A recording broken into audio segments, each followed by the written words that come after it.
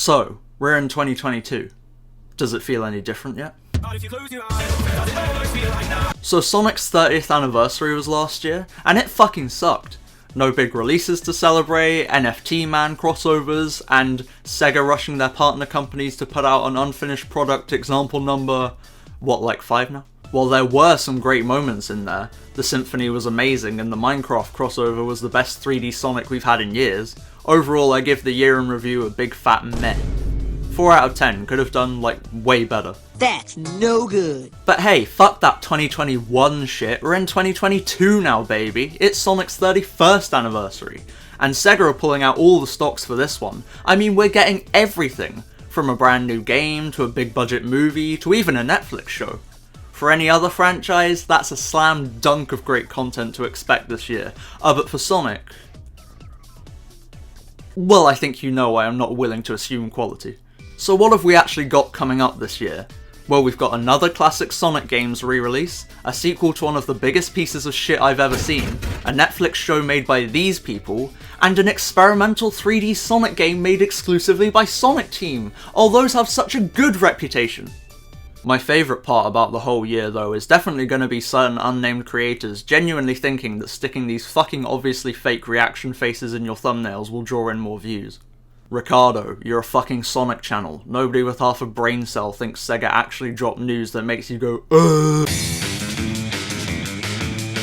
Now yes, I am being overly pessimistic about what's coming up this year, but like, can you blame me?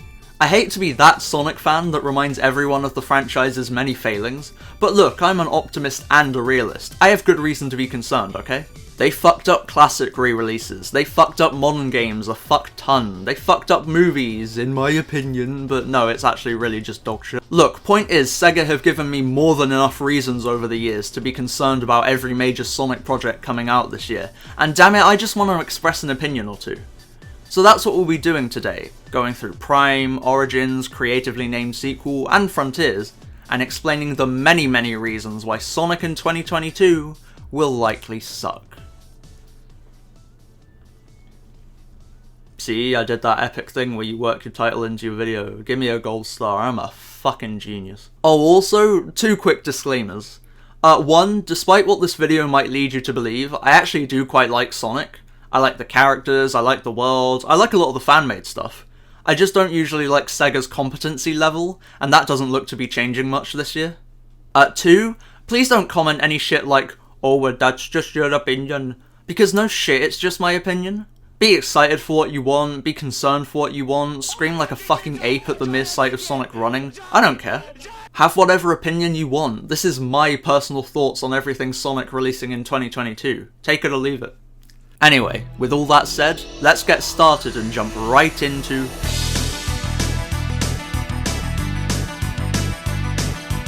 Sonic Origins. You know, we're actually going to start off pretty optimistically. I am quite excited for this one. It's yet another classic Sonic games re-release, yes, but this time they're at least doing something a little different. They're not just releasing Sonic 1, 2, 3, Knuckles and CD exactly as they originally came out again. They're releasing them in fucking widescreen, baby. Oh my fucking god! No, that's selling Origins short. What they're actually doing is finally freeing the Sonic 1, 2 and CD mobile ports from their filthy Android shackles. If you didn't know, those mobile ports are the definitive way to experience the classic Sonic games. They add in a save system, scrap levels, the aforementioned widescreen support, a spin dash in Sonic 1, Knuckles playable in 1 and 2, and... they were developed by Christian Whitehead. Sega didn't even touch these ports, and sadly, yes, that is a sign of quality. Yeah, they're pretty great, and for years they've been stuck on these stupid rectangles with screens. I don't want to play them on that, I want to play them on rectangles without screens. But they're not just porting 1, 2 and CD mobile, oh no, they're going the extra mile, and finally giving us the mythical Sonic 3 and Knuckles mobile ports! Except they won't be mobile ports, because they'll only be releasing on consoles and PC. Huh. Yeah, see, we never actually got an improved mobile port version of Sonic 3 and Knuckles, instead they pissed off and made some dumb original game or something gay like that. But now they're making it, they're completing the quintology, and they're packing them all together to give us Sonic Origins. 5 amazing Sonic games, not you, 4 amazing Sonic games. Now at their very best, for everyone to enjoy. I don't know about you guys, but I'd say Sonic's 2022 is kicking off pretty well. Development of this collection is behind schedule, is being made on a shoestring budget, with a small ad hoc team of developers. Well, shit. See, something's been off about Origins ever since they first announced it. It was shown off at the Sonic Central, just like everything else that's since come out. Iizuka talked about it a little more in an interview, and they even promised More information later in the year. but then nothing.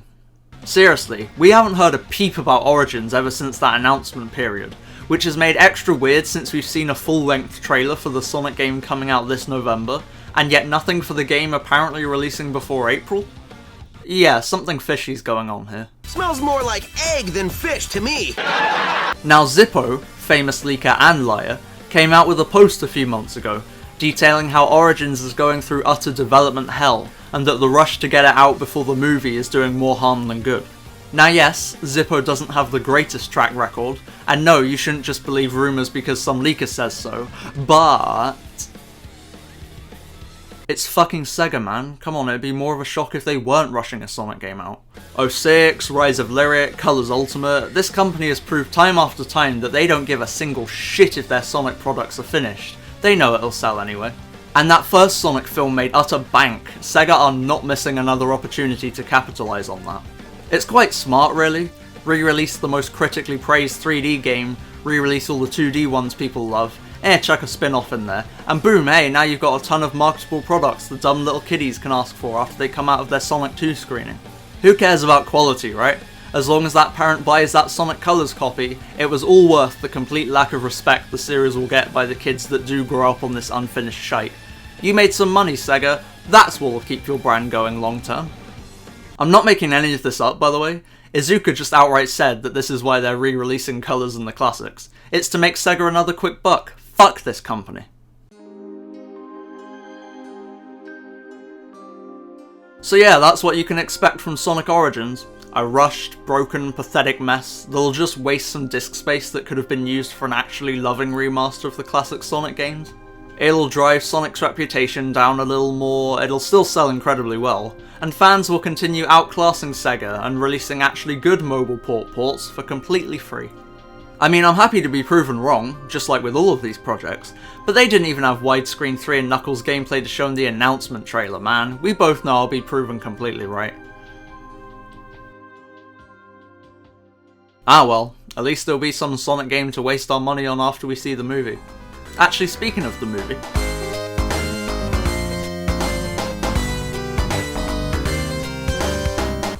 Sonic the Hedgehog 2.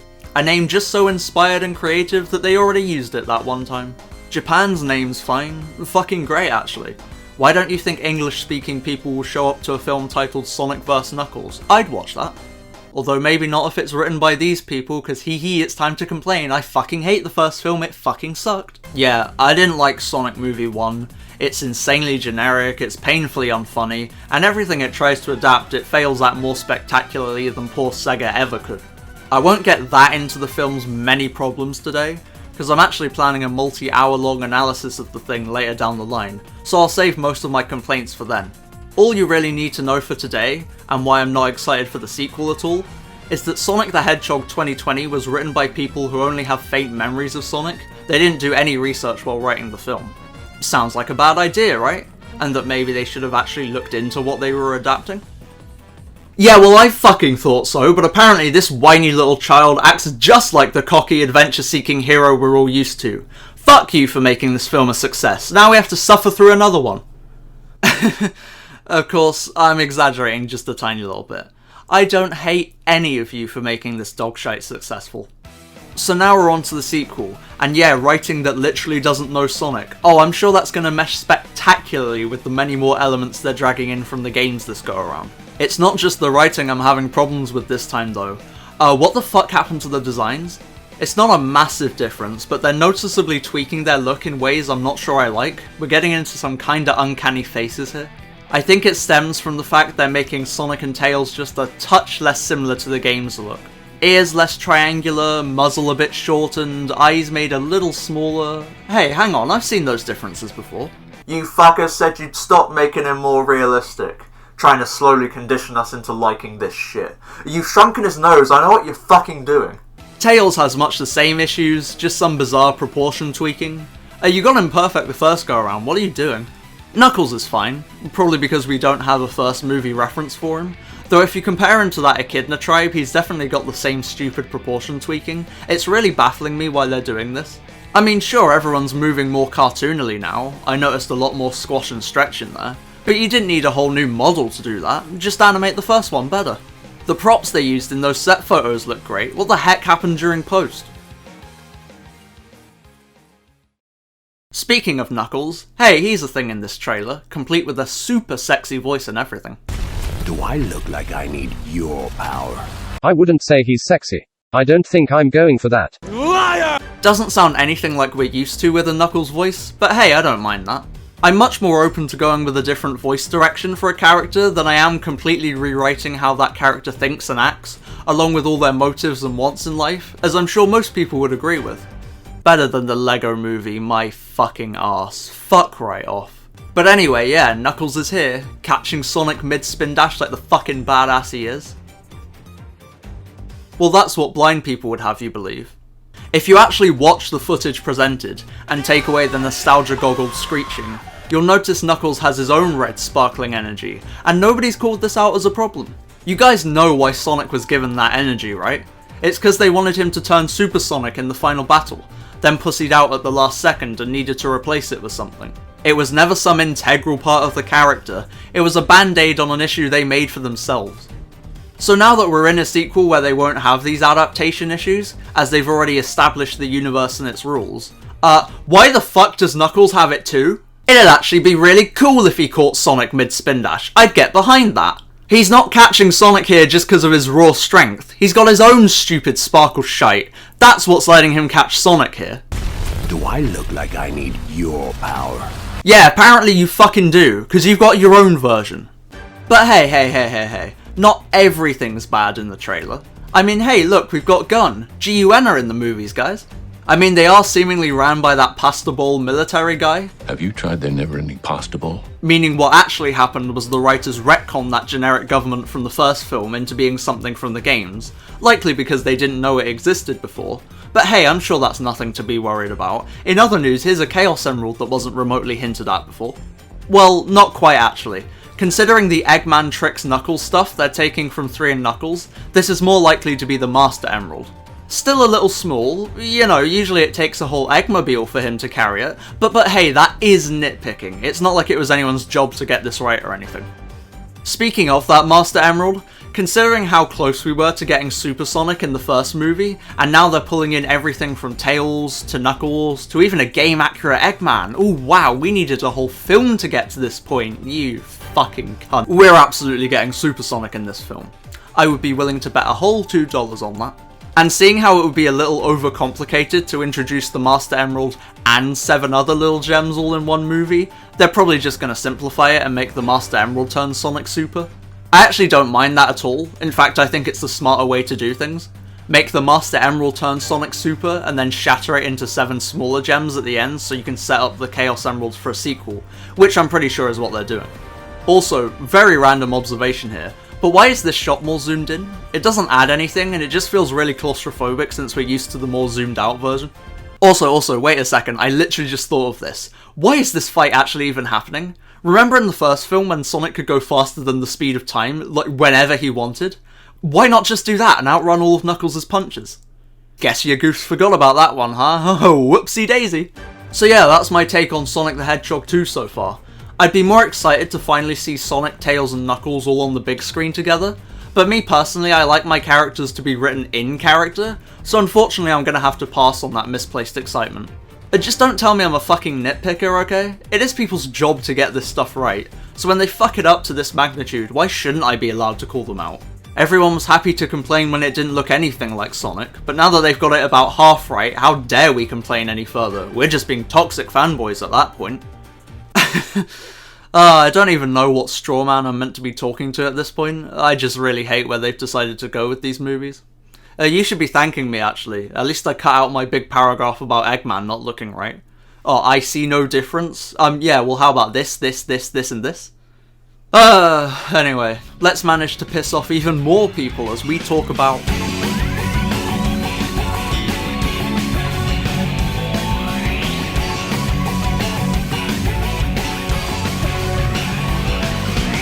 Sonic Prime, unlike certain other projects, actually has some potential. It's our 6th main Sonic cartoon. Jesus, has there actually been 6 already? And it's a multiverse adventure. Look, I don't have a problem with multiverse stuff. For Sonic specifically, it's actually a great way to bring together all these fractions of the fanbase. But I'm not the only one who can smell the trend chasing, right? Multiverse stories are just the in thing right now. Of course Sega's gonna try and capitalize on that. Get some Western suckers to make your dumb multiverse show, and hey, rake in those profits. The best part, though, is that it won't even be a good multiversal story. You hear Sonic but Spider-Verse, and you think, oh boy, we're gonna see all the Sonic universes collide. Modern's gonna mock Boom's sports tape, Tails is gonna work with little kid Tails, Knuckles is gonna mock dumb Boom Knuckles, and Sonic's finally gonna meet... Oh my god, is that Sally? And, well, let's look at some concept art that leaked out a while back. Oh look, there's a Tails that's probably never had a Sonic to guide him. There's an Eggman that's won and conquered his dimension. There's an Amy that's... a caveman? What the fuck? Yeah, from what we've seen so far, Prime won't be this big crossover of everything Sonic you'd want from something like this. Instead, it will be going with all the generic alternate dimensions you create when making this kind of story. They haven't shown it yet, but there's absolutely a universe where everyone's gender bent. That's just the thing to do, apparently.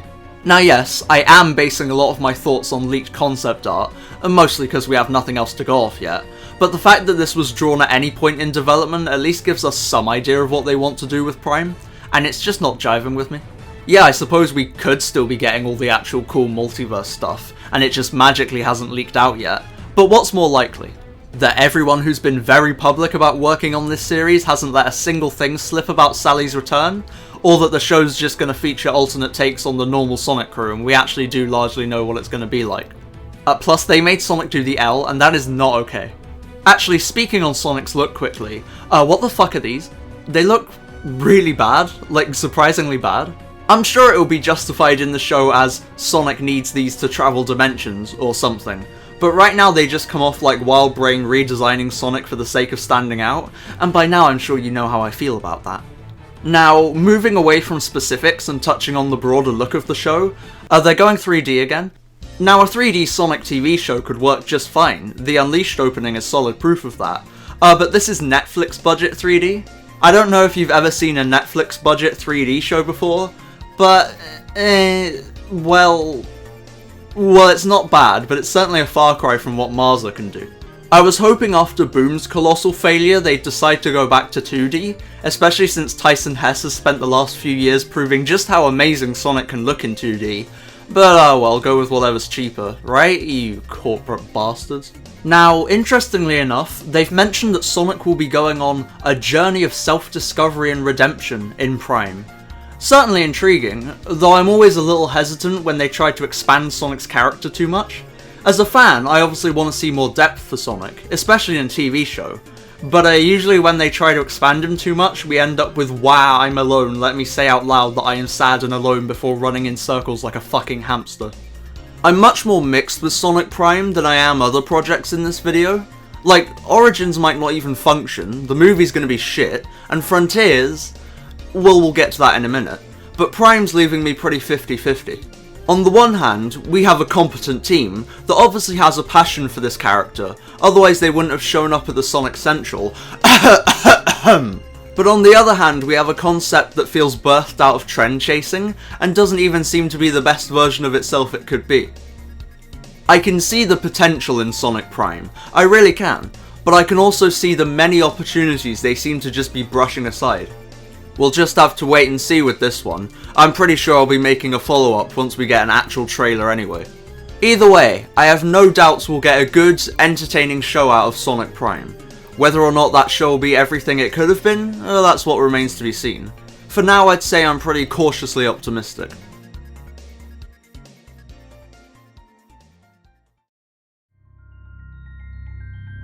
But Sonic's a video game character first and foremost. No matter how good a show may turn out, or how successful the movies may be, the most important upcoming Sonic project will always be the next major game. And this year we're getting something pretty big, so let's not waste any more time and get into my many thoughts on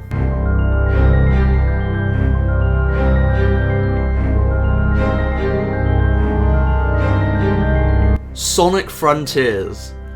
Oh boy, I've got a lot to say with this one. It's definitely the project I'm the most mixed on. I'm seeing some real solid steps in the right direction here.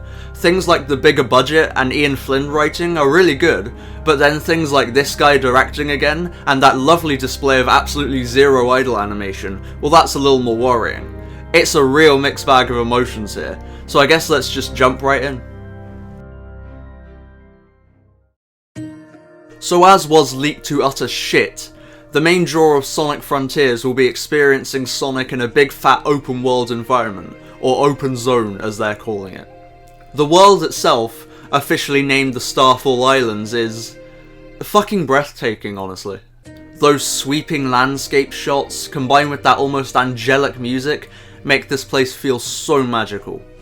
The foliage looks luscious, the water captures the light so perfectly, and even these rocks look, well, like rocks. But good rocks. Graphically, Sonic Team absolutely outdid themselves. They should be insanely proud. If we were judging this game purely on its visuals alone, I think we can all agree that I'd have to say, get some better fucking visuals, cause Jesus Christ, you've somehow managed to make this look like an Unreal Engine showcase. Yeah, here's where my problems start. The Starfall Islands don't look anything like a Sonic world. Which would be fine, like I said before, the graphics do look incredible. The only problem being, yeah, this is a fucking Sonic game. It just looks so generic, really. I hate to call it that, because again, it is beautiful. But this looks more like a Final Fantasy game than it does a Sonic the Hedgehog. Just look at this shot. There is not a pixel on this screen that gives me Sonic vibes. It looks more like something Bethesda would pump out. And again, it just works. And then even the parts that do have more fantasy elements in it, they still don't look like Sonic. I mean, look at this big structure. Does it feel anything like a Sonic location? Or does it feel a bit more like a, yeah, I smell some trend chasing here? Yeah, let's talk about that now. This so badly wants to be Breath of the Wild. It's almost embarrassing. From the sweeping vistas, to the soft, heavenly music, to the big area where the character goes to look over the landscape, Frontiers reeks of, we had no fucking clue where to take this franchise next, so we just looked at what's popular and did that but with Sonic. Just like they always do. Beat 'em ups are the trend? Sonic. Everyone likes that Wii motion stuff? Sonic. Cool, overly serious reboots are what's popular right now? Sonic. People sure did like those classic Mario revivals. Sonic. And, the one everyone knows, Mario Galaxy sure is one of the most popular games of all time. Sonic. They have a very long, very frustrating history of pandering to the Nintendo crowd that is just not interested, and that's exactly what's happening here. I mean, just look at the timeline. Sonic Forces comes out in 2017, everyone hates it. About a month later, at the Game Awards, Breath of the Wild goes on to win Game of the Year. Sonic Team, having absolutely no idea what to do with this franchise anymore, because as Forces proved they're so creatively drained, see the success of Breath of the Wild and go, fuck it. That's why Frontiers exists, that's why it looks and sounds the way it does, that's their only motivator here. This isn't the next evolution of Sonic, and the fact they're trying to spin it that way is quite frankly insulting. Fuck off, Izuka, we can see through your bullshit. You want a piece of the open world pie, that's why you're making this, just fucking own it. Want some more proof? Well, let me just ask a very simple question. Does Sonic's core gameplay work in an open world? No, I don't just mean running around and having a great time. I mean the very core gameplay loop that made this franchise popular in the first place. Does that work in an open world? That gameplay loop, for those who don't know, is pretty simple. You will fucking suck when you first attempt a Sonic level. You will hit things, you will die, you will play it just completely dreadfully. Then, you'll replay it, and replay it some more, and then again and again and again, and suddenly you're playing pretty decently. You're dodging all the enemies, you're jumping over those pits, and you're raking up the lives like it's a bonus level. You learnt this level, you know how it plays now, and as a result you're blazing through it at the advertised speeds. Speed and flow is your reward for learning the level. That's Sonic's gameplay loop. It's very simple and mind-numbingly boring if done wrong, but get it right, and, well, you've got a global mascot on your hands.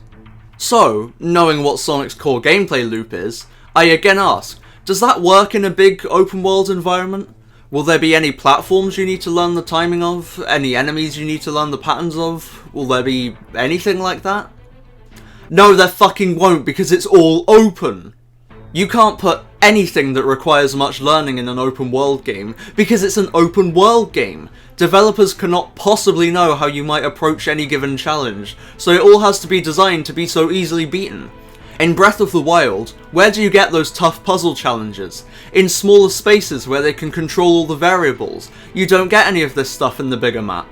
So for Sonic Team to try and pretend like this blatant trend chasing is where Sonic should go next, and that this is the big next step, that angers me to my fucking core. They've lied and misled so much. They always say they've learnt from past mistakes, when they've actually learnt nothing. What's that? We're taking longer on our Sonic games now? Well, that's a fucking lie, because Frontiers was originally meant to come out last year. You know, that 4-year development cycle that you just did with the previous game. Oh, and don't worry, I know what you're all gonna say. Oh, but Nick Knock, Forces was actually only developed in a year and a half. They spent most of the dev time on the engine. Frontiers has actually taken 4 years to develop. It'll be way better. Yeah, well, I might believe that if it were actually true. So, we all remember that 4chan leak, right? The one that's basically proven to be true at this point because it accurately detailed a bunch of shit in Frontiers that we didn't know back then? Yeah, well, turns out there's another leak like that, and boy howdy, this one's way more telling.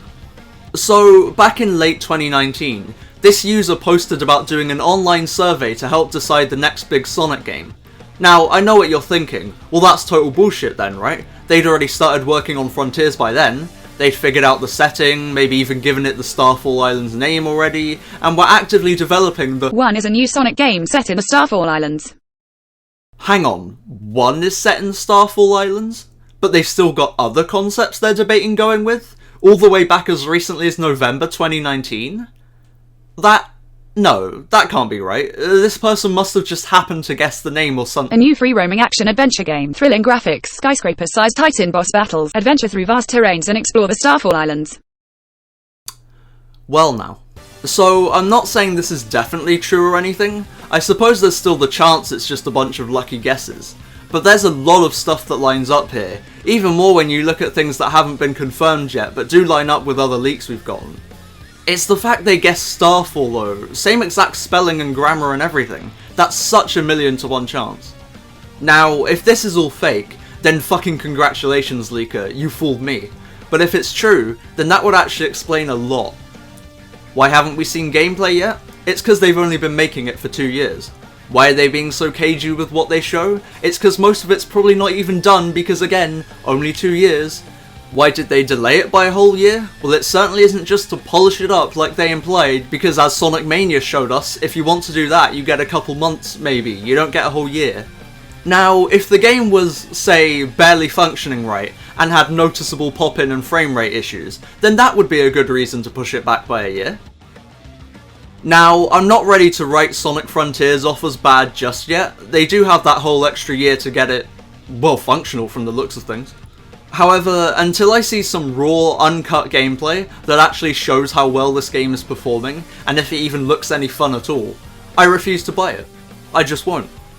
I'm not plonking down $60 for a product that, from the looks of things, is just another sneaky little web of lies Sonic Team have woven, and I strongly encourage you to do the same. If you care about this franchise, if you actually care, refuse to buy it until they show real promise. Keep your hard-earned money, and only spend it once Sonic Team actually show they can learn from their mistakes. Or you could just be a view-hungry YouTuber who'll buy into anything Sonic because it will keep you relevant for another month. You're cool. I like Sonic. I actually really do like Sonic. I want to see this brand grow to be the biggest and best it can be. I want games that I'll be replaying for years to come. I want collections of older titles that are total love letters to those games. I want TV shows that explore the characters in ways I wouldn't have even thought of. I want movies that don't fucking suck. I will always care about Sonic and what he's up to next. I'll always be hopeful he can really pull it out of the bag this time and give us something great. I'll always continue supporting the community and all the crazy cool stuff they come up with. But this year, I just don't see any of that happening, and I hope I've made it clear why in this video. I'm sure I'll be talking about some of these more in future videos, giving updated thoughts and opinions and whatnot, and heck, they'll probably announce even more stuff coming our way later in the year. It's been a while since TSR, so we're probably due another spin-off at any point now. Either way, thank you so much for watching. You can find me on Twitter at nicknock.png, and I didn't touch on Frontier's story there, mostly because we haven't seen enough for me to really care yet, but if Amy is that rumoured ghost girl, then ayo, what the fuck is this about?